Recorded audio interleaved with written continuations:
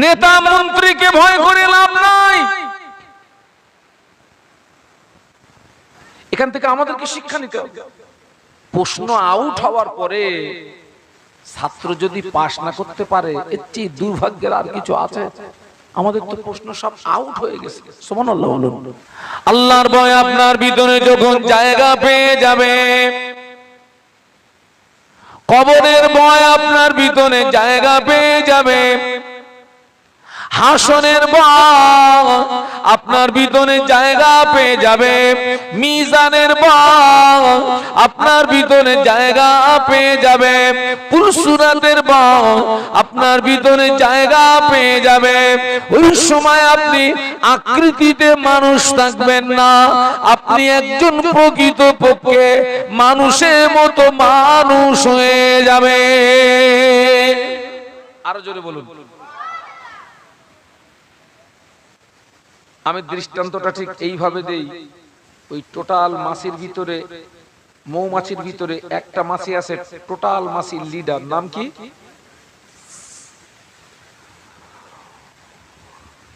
ছোট্ট একটা প্রাণী। আপনি দেখুন তাদের ভিতরে মিল দেখুন, ঐক্য দেখুন। রানী মাছি যেখানে যায় পুরো দলবল। একটু সুবহানাল্লাহ বলা যাবে? আর একটু মহব্বতে। আচ্ছা বলুন তো, আপনাদের নেতা, আপনাদের এই গ্রামে আপনাদের নেতাকে? ও খোকা, না না না, ইমাম সাহেব নেতা। আচ্ছা সত্যি কি আমরা নেতার নেতৃত্ব মানি? ইমাম যদি যায় দায়, একদল যায় বায়, ও কি মরবে না বাঁচবে? ও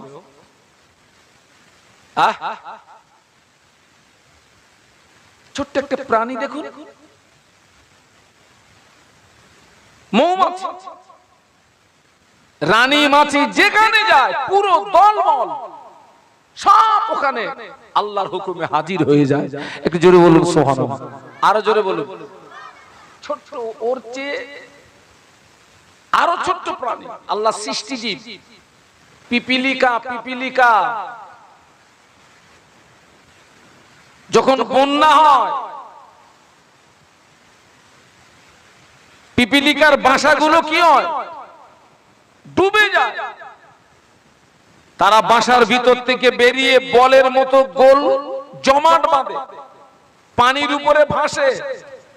শুধু ভাসে না, ওরা পাক মারে। আপনারা কি প্র্যাকটিক্যালে দেখেছেন?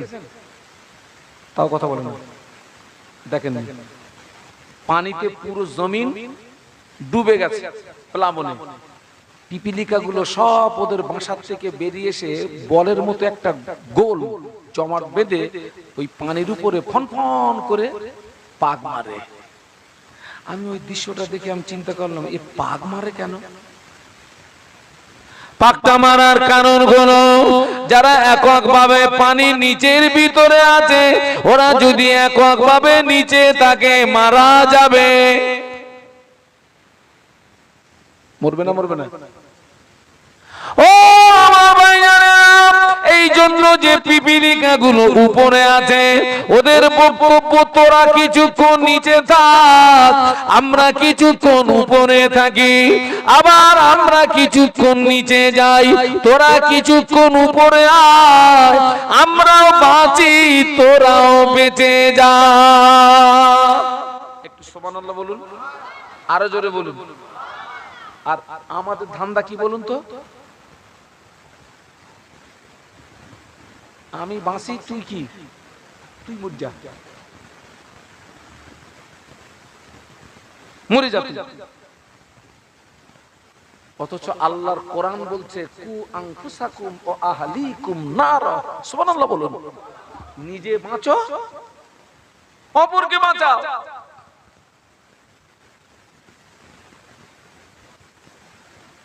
নিজে বাঁচো, অপরকে বাঁচাও।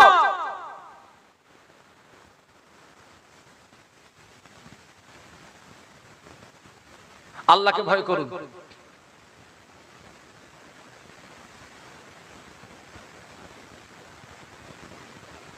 আল্লাহ আমাদেরকে তৌফিক দিন, বলুন আল্লাহুম্মা আমিন। আল্লাহর ভয়। মসজিদের ইমামকে ভয় করে লাভ নাই।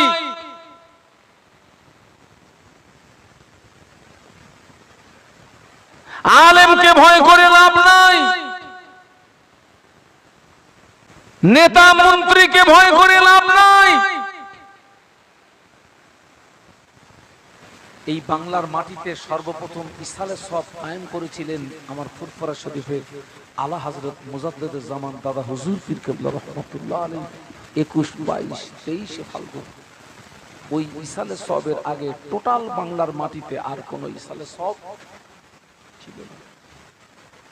ওই ইসালে সবে 3 দিন ব্যাপী ওয়াজ নসিহত হতো।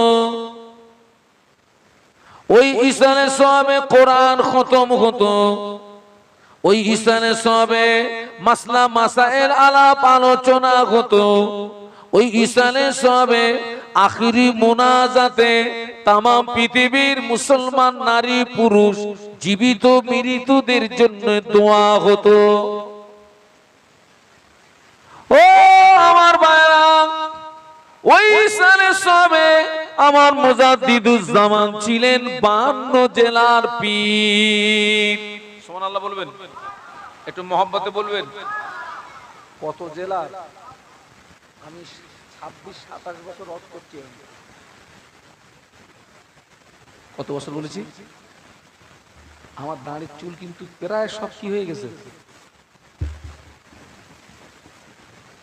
ওই 26-27 বছর ওয়াজ করছি আমি, কিন্তু এখনো পর্যন্ত 52 জেলা আমি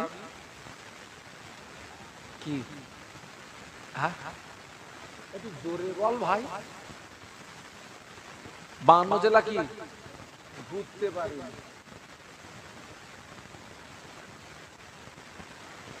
ফুরফুরা শরীফে মুজাদ্দিদুজ জামান 52 জেলার পীর ছিলেন।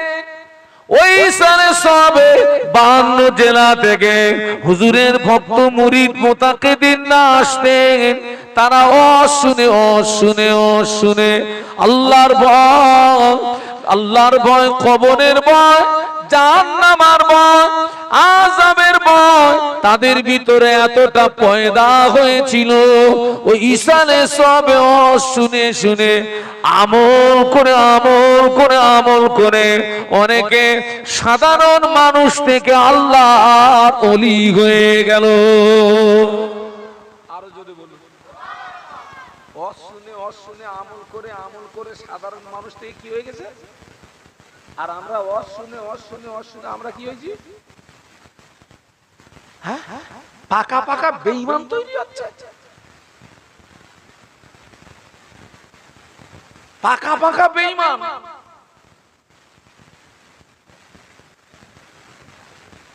লোকটা হাজী সাহেব। আহারে, এতগুলো মিডিয়া রয়েছে আর বলবো না। আছেন কোথায়? এটা হচ্ছে শেষ জমানা বাবা। কোন জমানা? একটু আর একটু জোরে বলেন। শেষ জমানা, কঠিন সময়, খুব কঠিন সময়। আপনি যতক্ষণ বাড়ির ভিতরে থাকবেন নিরাপদ থাকবেন, যতক্ষণ নিরালা নির্জনে থাকবেন ভালো থাকবেন। বাইরে বার হবেন তো যেদিকে তাকাবেন সেদিকে শুধু গোনা আর গোনা। তাই বলে তো ঘরের ভিতরে তো বসে থাকা যাবে, বাইরে তো বার হতে হবে, রুজি রোজগারের জন্য বেরোতে হবে তো।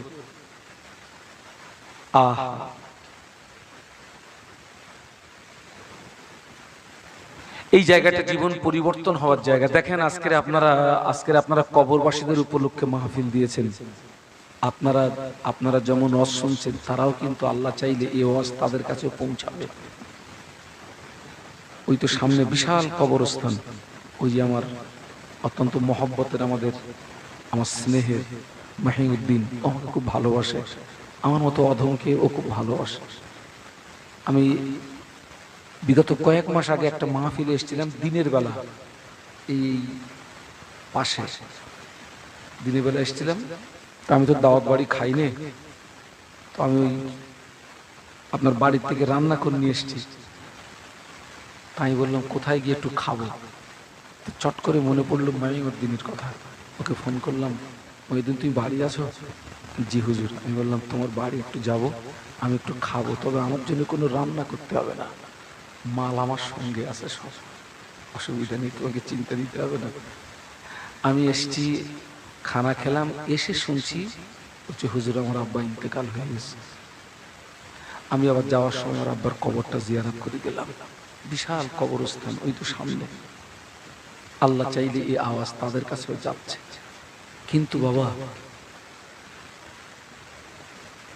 কবরবাসীদের ওয়াজ শুনে আর কোনো লাভ, কোনো লাভ নেই, কোনো ফায়দা নেই। আজকে আপনারা যে এই যে কবরবাসীদের উদ্দেশ্যে মাহফিল দিয়েছেন, মূলত এখান থেকে শিক্ষা নিতে হবে কিন্তু আমাদেরকে। কবরবাসীদের উদ্দেশ্যে মাহফিল দিয়েছেন ঠিকই, কিন্তু মূলত শিক্ষা নিতে হবে কাদের? আমাদের। আল্লাহর কোরআন বলছে ওয়াযাক্কির ফাইন্নাদ যিকরা তানফাউল মুমিনিন। সুবহানাল্লাহ। এখান থেকে আমাদেরকে শিক্ষা নিতে হবে। প্রশ্ন আউট হওয়ার পরে ছাত্র যদি পাস না করতে পারে, এর চেয়ে দুর্ভাগ্যের আর কিছু আছে? আমাদের তো প্রশ্ন সব আউট হয়ে গেছে। সুবহানাল্লাহ। আল্লাহকে ভয় করুন, দেখবেন আল্লাহর ভয় যখন আপনার ভিতরে এসে যাবে, আরো কিছু ভয় আছে। আল্লাহকে ভয় করুন। মানুষকে ভয় করে কোনো লাভ নেই। আল্লাহকে ভয় করলে লাভ কি? আল্লাহ পাক কোরআন শরীফের ভিতরে বললেন, ইন্নাল্লাযীনা ইয়াখশাউনা রাব্বাহুম বিল গায়বি লাহুম মাগফিরাতুন ওয়া আজরুন কাবীর। একটু সবাই মিলে বলা যাবে আল্লাহু আকবার। আর একটু জবান খুলে বলুন, আর একটু মহব্বতে বলুন। আল্লাহ বললেন, নিশ্চয়ই আমার যে সমস্ত বান্দা বান্দি আমি আল্লাহ পাক আমাকে না দেখে ভয় করবে, আমি আল্লাহ পাক খুশি হয়ে ওই সমস্ত বান্দা বান্দিদের জীবনের সমস্ত গুনাহগুলোকে মাফ করে দিই। খোকা, কেউ যদি আমারে ভয় করে, আমিও জীবনে গুনাহ মাফ করতে পারবো? তোর হুজুরির গুনাহ মাফ করবে কেন?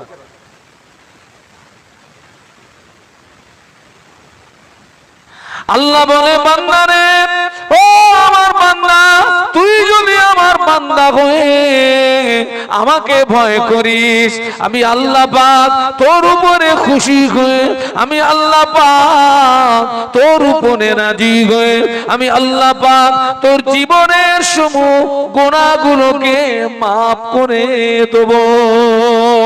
শুধু তাই নয়, আমি আল্লাহ পাক তোকে উত্তম প্রতিদান দান করব।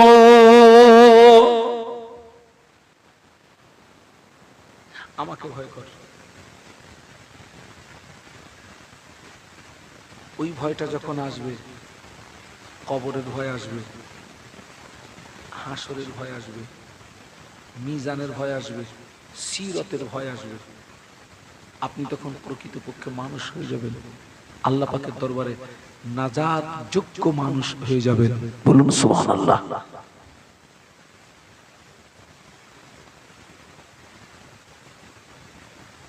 আমরা জন্মেছি মানে আমাদের মওত হবে।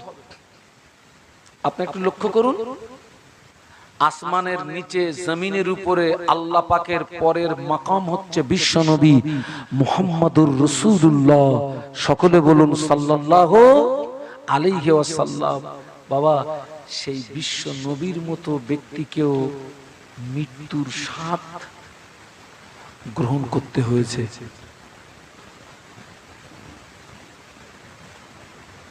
যে নবীকে না বানালে আল্লাহ কিছুই বানাতেন না, কিছুই সৃষ্টি করতেন না, কিছুই তৈরি করতেন না, না জান্নাত, না জাহান্নাম, না আসমান, না জমিন, কিছুই বানাতেন না।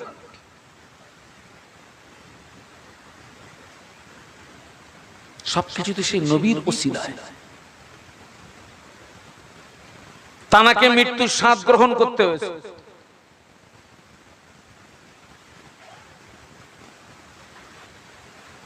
মৃত্যু কষ্ট বাবা, মৌতের একটা কষ্ট আছে না নেই? বলুন বলুন। আচ্ছা, মৃত্যু যাতনা।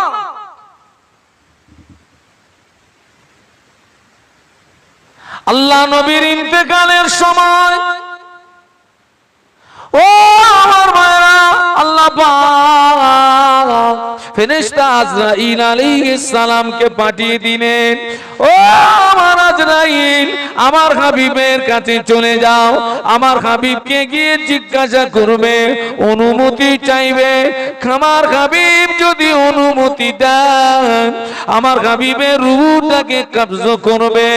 অনুমতি যদি না দেন, বেয়াদবি করবে না, ফিরে চলে আসবে। সুবহানাল্লাহ বলতে পারলেন না? আরো জোরে বলুন। অনুমতি চাই।